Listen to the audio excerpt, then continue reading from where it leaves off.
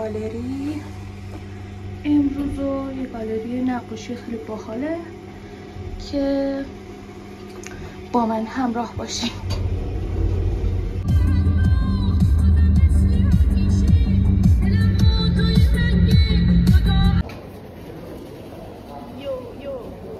یه کله قرمز کنم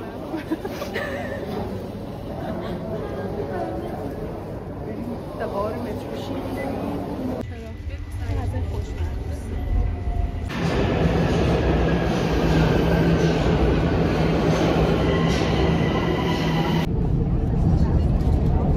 چون فلستد نمیدونم ولی من ادامه دادم. عالیه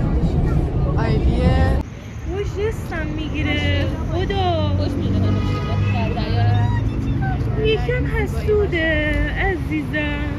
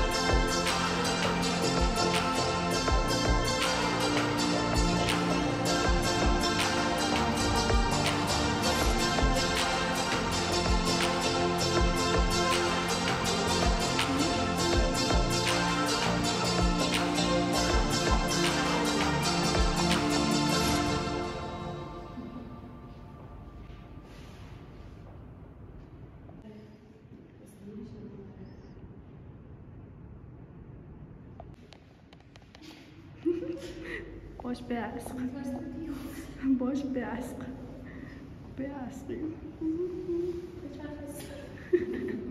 شاباش خیلی بامزه‌ایه. خب سانسور شده نمیفهم اونجا چی بوده؟ دراز بزرگه اونجا درسته یعنی اون چی بوده؟ دست آفتابه دستی آفتابه سانسور شده.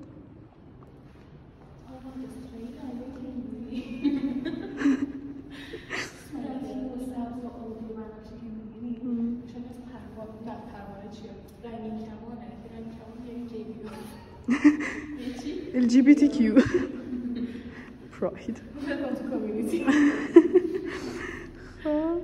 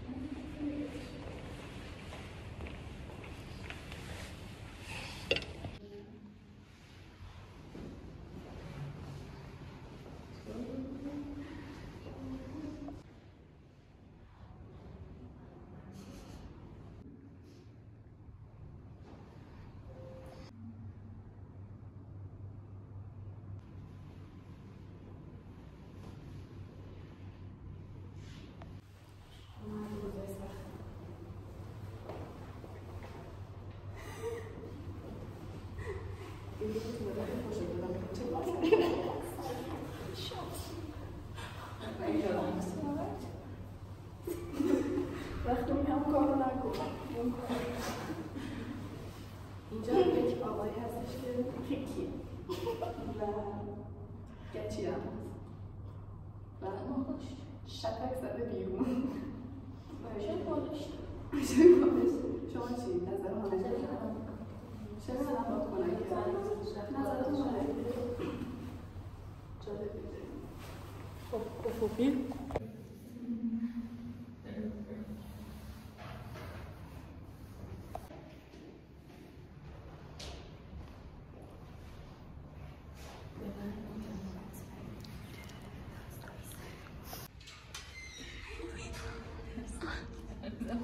تو ویدیو باشید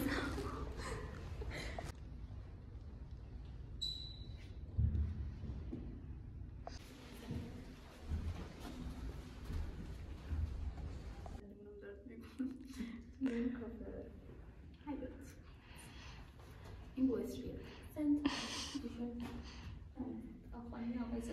اینو بچسبونیم به دیوار و از آثار رو ازش بخونیم.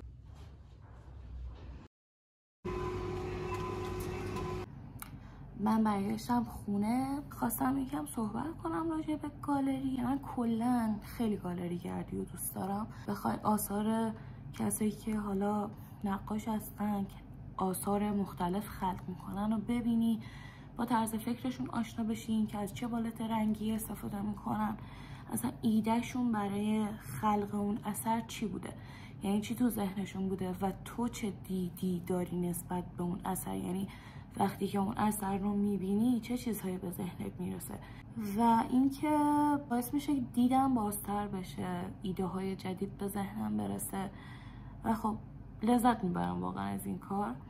پس اگر گالری شما میشناسید حتما به هم معرفی کنید، چون خیلی خیلی خوشحال میشم که بخوام بهشون سر بزنم.